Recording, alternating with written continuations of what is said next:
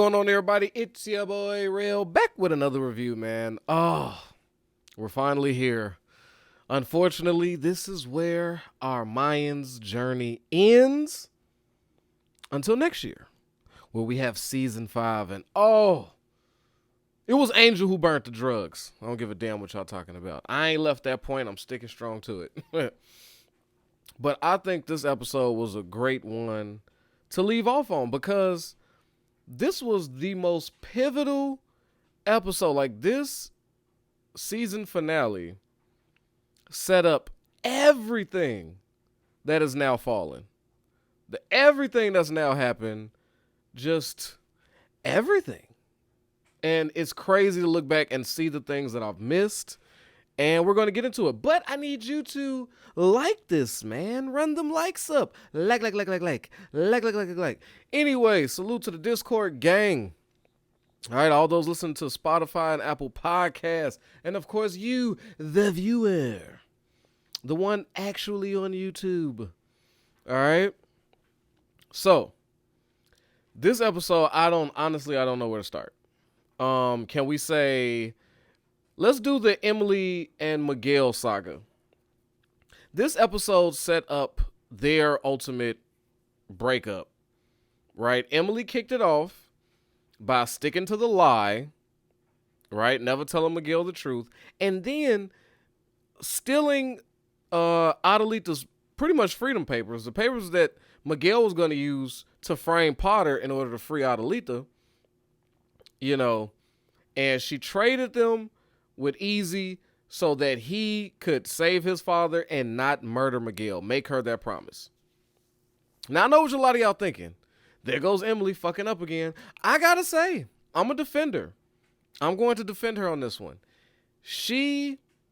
By doing this, she actually saved Miguel from Potter, because that would have blew up Miguel's whole secret plan.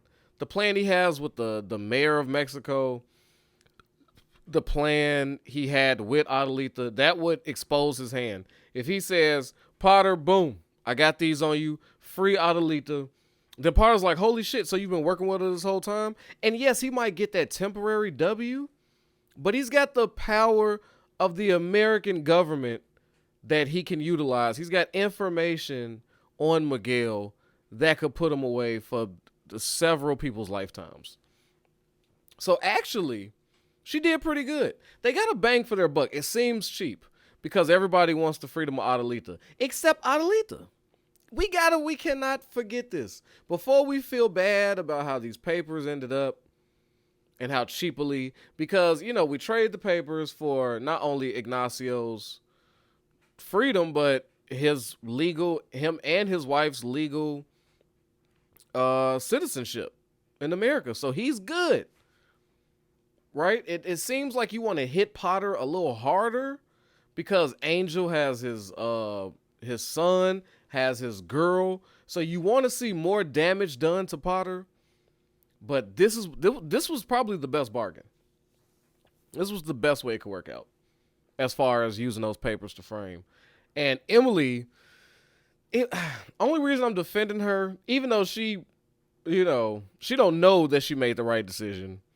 She just kind of does shit on a whim, but I'm going to go ahead. I can't even give her the benefit of the doubt. I'm going to just say she lucked up into this one.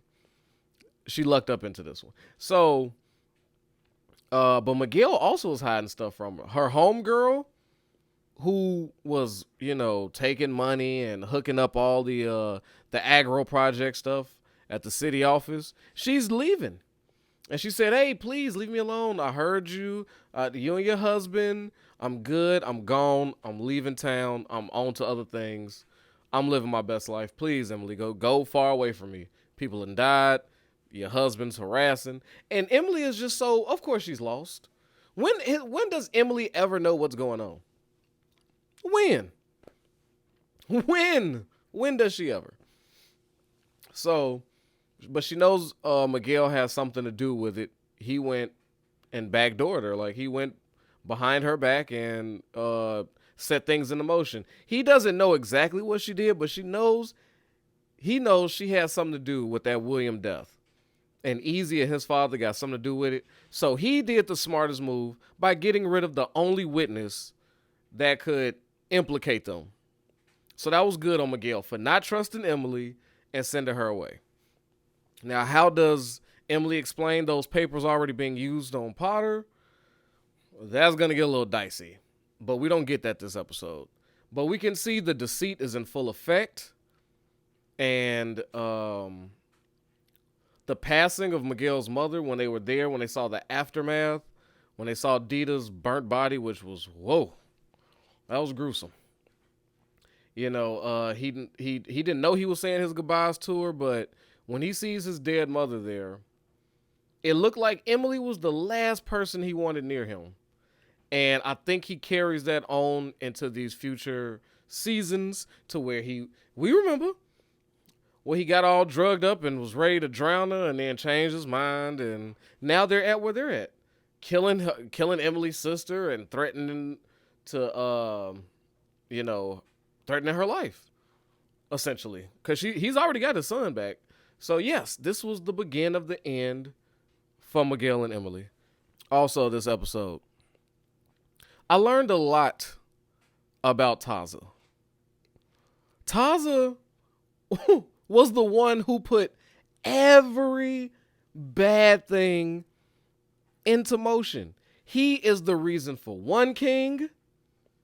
He is the reason for the war with the Sons.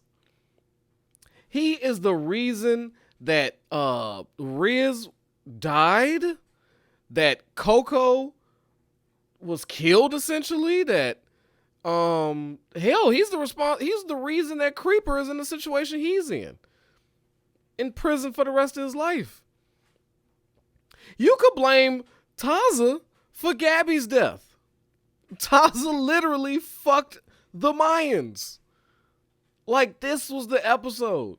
Last episode, he put it in motion by killing Riz, but this one really cemented it. Like, this is holy shit. And I forgot how important this finale was, and it was a really good finale.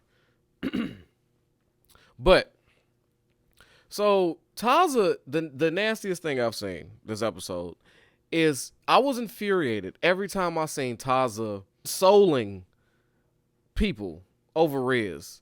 Like, oh, there goes one of his family members that was in the States. And he's got her back. He's holding her. He's like, oh, it's okay. We'll take care of you. I'm like, get your fucking hands off her, Taza. This nigga looking like Bishop and Juice. When Bishop shot Raheem and then went to go, say all this sweet shit to his mama and sister. Like, never. And also, that movie would never happen.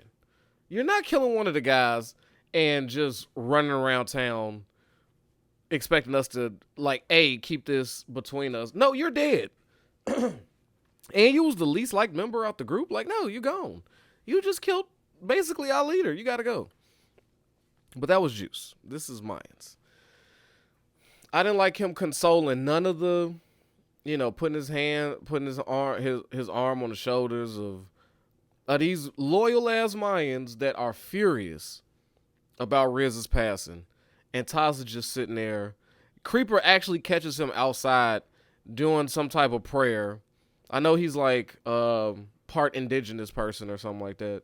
So he's doing one of those things. And I'm like, no, fuck you. Whatever God or gods you believe in, they're not coming to your rescue. And it's even uglier that he did all this. And then he went nomad. Like, that's the ultimate drop the mic. How did he put Bishop into One King? I'll tell you how. We see the meeting with Kanche and them, right? So Kanche and Ruiz, I think it's Kanche and Ruiz, they come and tell Bish, like, okay, look, your man's dead. I get it. But let us impart this important information on you before you just gun up and let's go to war. If you go through with this, there's a large faction of the Mayans that's going to defect. Because they've already been promised this money. They got sellers lined up. And if you don't go through with this, they're just going to defect from the Mayans, make the deal anyway with Chips, and that's going to be a ripple effect. Like, that's going to fuck the Mayans. Apparently, they're like the largest chapter or one of. And I was sitting there like, I felt like Coco. When Coco heard that response, he's like, fuck them. If it's all about money, I lived that life. I did shit for money. No, I joined this club for family, for club shit. This is eye for an eye. The second it becomes about money is nasty work.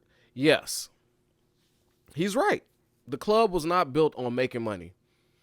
Making money is a sub thing. It's like a caveat. You know what I'm saying? To why we're actually here. But Taza had, put all this pressure on Bishop to either allegiance to all of the Mayans, or to his club. Like, it was basically his head versus his heart. And Bishop, as we know, tends to choose heart a lot of times. Now, he uses his head later on, but he's emotional. He's been known to be emotional. So they wanted him to go meet Paolo at his grandmama's crib. I was like, yo. He said, yeah, I'm going to just go ahead and take Hank. I like how he just took Hank because that was the best source. You couldn't bring Taza, because of that friction that Taza shared with everybody. You couldn't bring nobody else, literally. Everybody else chose war. Hank is the only one on your side, and Riz is gone. So Hank was the obvious come with me move. They go, and it was just such an awkward meeting. Like, Bishop is like, okay, I'm here. Now I gotta super pretend, which is what he did. So what Bishop ends up doing because of Taza is lying to Kanche and Ruiz, right? And basically just placating them until they do the actual hit on the VM. And he knows the risk, and he went behind their back. So there's repercussions. So Ruiz and Kanche is not finna fuck with him like that. Hence One King. That is the thing that set One King in motion, where Bishop has to look at people and say, fuck them. I'm doing what I want to do. And that was the birth of One King in this episode. So that was wild. Also, he, I felt like that sped up Easy's patching, which I felt like he should have been patched in season 1. He been putting in a lot of work. But Easy is getting fully patched in this episode. Finally, he's been a prospect for 2 damn years. So, he's got his. And his initiation night was quite dramatic. I mean, when they made the plan to run down on, like, let me tell you something. That was probably the most gangster scene in this entire episode. Was the Mayans going in and clearing the entire house. They didn't care. They didn't give a shit who was innocent. They knew it was Adelita's birthday party. They didn't care who was inside. Adelita could get to, oh, she made 90. No more years. She was headed out anyway. You know what I'm saying? And that lady was not 90. She was the best looking 90-year-old I've ever seen in my life. Like, why did they choose the age of 90? Like, that's ridiculous, sir. That woman is not close to the age of 90. Like, not even remotely. What is she? An elf? Is she unaging? Like, no. She looks younger than Morgan Freeman. She looked younger than Betty White. She looked younger than Queen Elizabeth. These are people that were in their 90s. She looked about 60. Stop it. Fuck, what is out there in the desert? Some youth dust? Something out there, I don't know. But yeah, they tried to get that 90 off. Lifting shit and working? Fuck out of here. Lady wasn't 90. But it didn't matter. We didn't give a shit what age she was. Mayans came through, as they typically do. Has anybody noticed, like, that's the Mayans entry? When it's time for action, there is, and it's so funny to me because they're all, well, majority of them, like the heavy hitters, the majority of them are ex-soldiers. Like, they did this professionally. But it seems like it's all the people that breach.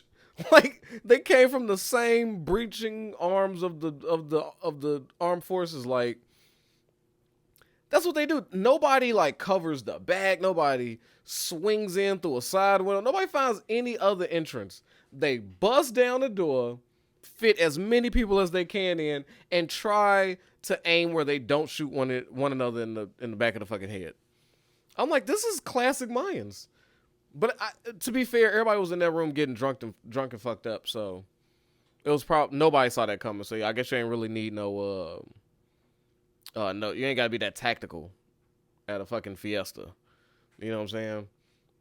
But I was like, holy shit! Like my mouth was like, I forgot all about this scene. They wiped it out. The women that was just having a good time, that was two-stepping, like they cleared the room. And in typical gangster fashion, everybody is murdered except the intended target. Everybody. But, oh no, the target and Adelita. None of them was going to see the age of 40. She's about to see 91. Paolo was able to get his grandmama up out of there. And what kind of party was that for a 90-year-old woman? Though they didn't look like, classy women. Those look like biker chicks. It looked like a lot of drugs and like, is that how Adelita wanted to spend her 90th birthday? I got so many problems with Adelita's party. I didn't like it. Where's her cake? Could she not get a cake? A tres leches or something? Like, what the fuck? But okay. Cool. Now, so they do all that, and I didn't notice this scene. Taza, there's a shrine with a gentleman's picture in it who had a quite flamboyant smile and type of fashion about him. I've never seen this picture till watching this episode. There's a whole shrine built to this man on a little shelf. And Taza looks at it and goes, oh, like sadly, and moves on. And they're in a desperate heap to go find Paolo. And I'm like, yo, it was right there in our face. This whole time. And then Easy discovers not Paolo, but a dead Sons member. So now the shit has hit the fan for the Sons. Basically the start of the Sons War. AKA Taza. Everything happens this episode. This is a crazy ass finale. Truthfully. This one shows us the Adelita. This is where Adelita gets hurt. Son stolen. Potter now is on even ground because they had the ups on him. But now that he knows that Angel is the father, even calls him tonight, he said, hey, now we even. Now both of us ain't gonna never see our son. But that's not true. Only one of y'all really ain't. But yeah. So this is the beginning of evil Adelita. Took her son. We know what she turns into when she get out of there. Like a goddamn serial killer, like the lady Mike Myers.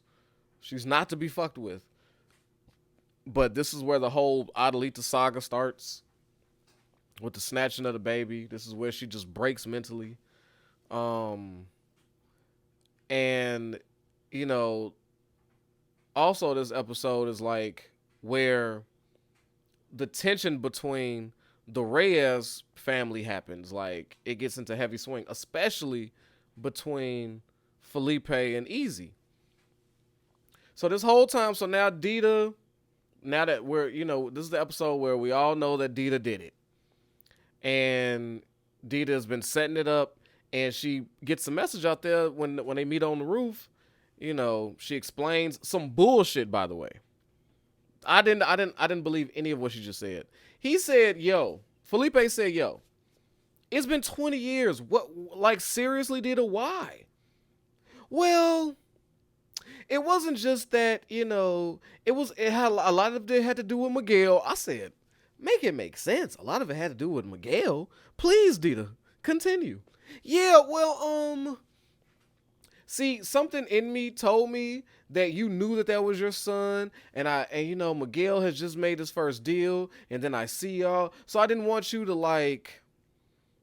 tell him that you might be his dad, and then you take him from me, because he'd be mad at me, and then I know how much you love Mari's soul, so she had to die, because if you felt that you knew this, and I'm sitting there like, what?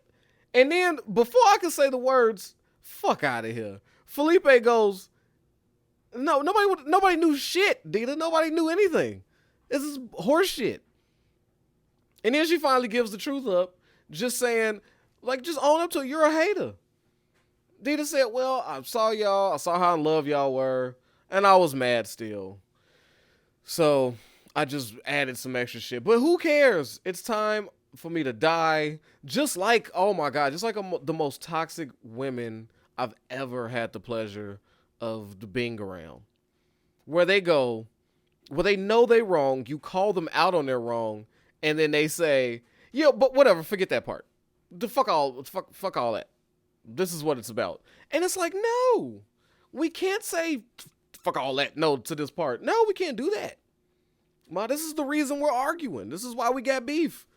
No, you can't just lie and get that shit off. That's not gonna, no, come on, stop it. Stop it. Stop it. But yeah, so Felipe is just confused and he says, you're crazy.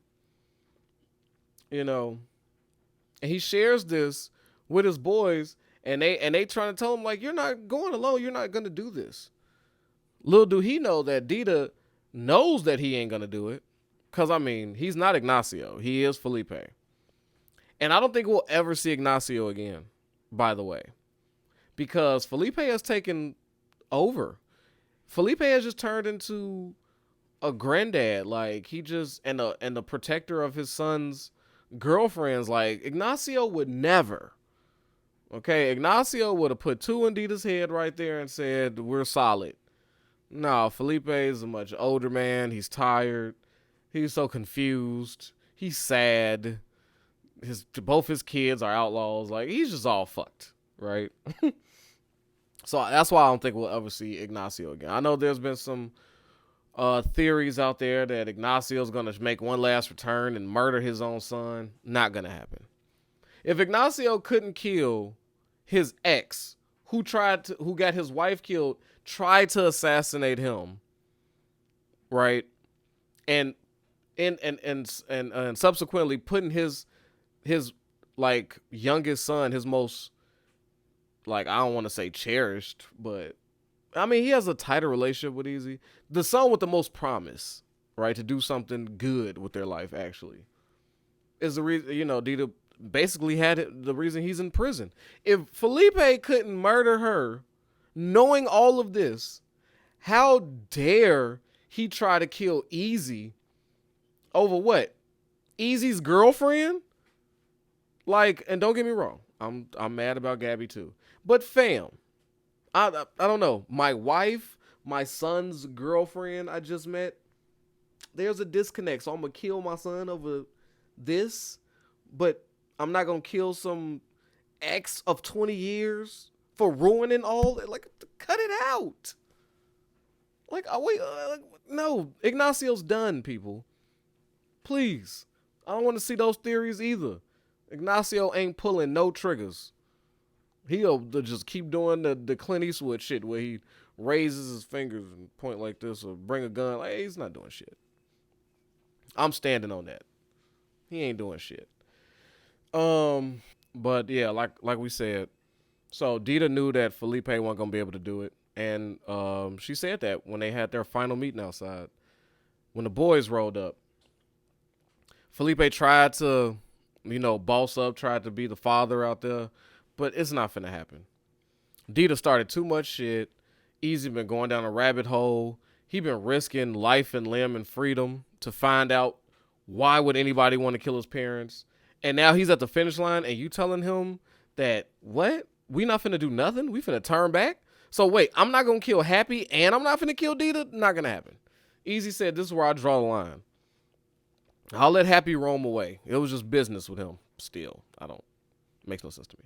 But okay, that was business. This Dita shit is personal. Dita made it personal. Right? And while Ignacio's sitting there trying to say, no, this ain't happening. Pardon me, he's not Ignacio no more. Felipe. While Felipe is trying to say, this ain't happening. She's crazy. Let's turn around. We out of here. Easy pops up and says, he comes rolling in like Doc Holliday, like, I'm your Huckleberry. All right, I'll be right there. I'll be the one to do it. And then this is where Felipe, this scene is where you see Felipe and Easy drift apart.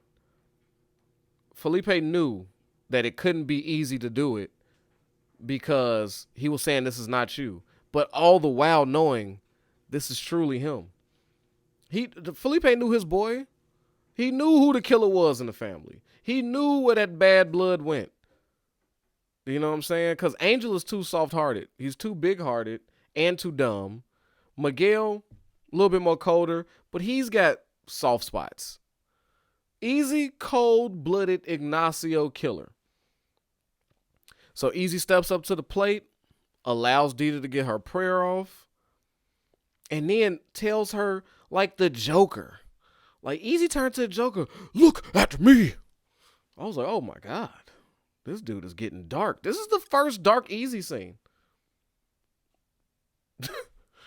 Dark Easy appears. Look at me. And then proceeds to choke her out while she's fighting for her life, because that's just natural reflexes. And then, he screams that off and just applying pressure until nothingness. Yeah, he shedded a few tears. But I don't know.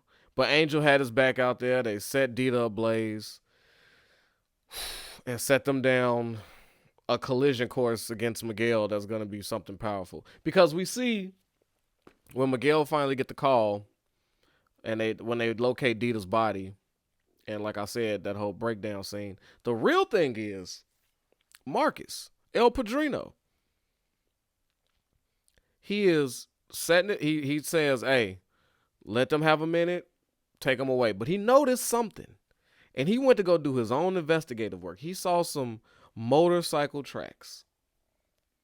And he knew there was only one family that would even be involved with the Galindos that drove motorcycles. Because who else would they know rode motorcycles? Like, come on. So Marcus' subconscious knew exactly who it was. Can't confirm it. But was willing to kick and mess up the motorcycle tracks. But Nestor had already seen the tracks. He seen what he was checking out when he sent them away.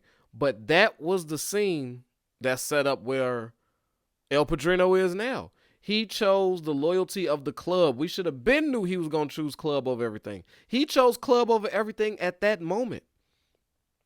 It gets no bigger than covering up who actually murdered your boss's mom, right? That's about as deep as the commitment can go. So you're really going to choose your sides on this one. And he chose it that night. So really, real El Padrino stood strong on his shit. And this episode was just a lot. Like, it was a lot. Like, the disconnect with Miguel and Emily in that scene was so cringeworthy. He didn't want her to kiss her. She was like, please, like, come to me, like, grabbing his face. And can we talk about Emily's speech too? It was such a small scene, but it was so irritating. You want to know why? Go back and see that scene and tell me if I'm doing this wrong. And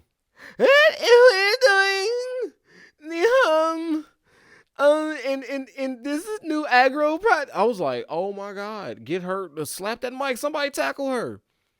Think I'm bullshitting. I was like, she should not do public speaking. That was god awful. And I apologize to anybody who had headphones on and had to bear that. But oh, that was so bad. Totally unrelated to the story, to this review. Has nothing to do with nothing. Only the fact that I remember it and I was irritated by it. Wow. But as far as finales go, I'm going to be honest. Now that I've rewatched this one and know how important it is and the evil that Taza is, like, for what too, bro? Like, really? Man, is this the... Oh, man. I've been doing this a lot. I did this for Game of Thrones. But is this the best, like, finale of the Mayans thing? I really like the end of 3, though. It's a battle between 2 and 3 for me. Now rewatching this one, because wow. But I'm gonna have to give this one a 10 out of 10. This thing hit everything perfectly. It is set up next season perfectly. It left just enough cliffhangers. It answered just enough questions. I mean, we got the satisfaction that we've been waiting for. We finally got Easy to get patched up, right? And Angel is bought into his patched upness. That was a beef for a long time. So we got that. We got the conclusion of Dita finally. Like, we got Dita the fuck up out of here. So those things feel good. We got Potter finally away from the Reyes family. Finally. He's done, but he's not done. But with the Reyes, he's done. So finally, we got some conclusion to the story. But left just enough. Left Paolo alive to make him a problem for next season. The whole Emily and Miguel lying to each other ramped up to make that something for the next season. Marcus or El Padrino seeing those tire tracks, leaving something for next season, and a dead son to be like, holy shit. Mayans ain't killed sons in many years until tonight. And it's kind of hard to say, a classic Coco, my bad. And this is also the last season that Coco was Coco. Wow. So with that, man, there'll be no more Mayans Mondays. But anytime you need that itch, please go back, watch all my old videos, and I will retroactively argue with you. If you've like, you know what, I'm about to go and see all of Rail's reviews, and I'm thinking about shit, I want to argue with him about season 1, episode 6. I'll pull up. I'll argue with you. Because you my people. So we could do that. But until next time, man, protect your health, yourself, your wealth, man. Your boy Rail is out of here. Peace. Yo, I know I don't need no introduction, but y'all know who it is, man. It's your boy Hollywood Rail. And I appreciate you for sliding through and watching these videos. But you know what I need from you? All right, if you ain't already, I need you to like this and subscribe this, man. We at 1,000 trying to get to 2, all right? Push it for your boy. Get them algorithms up. So when it come to that subscribe button,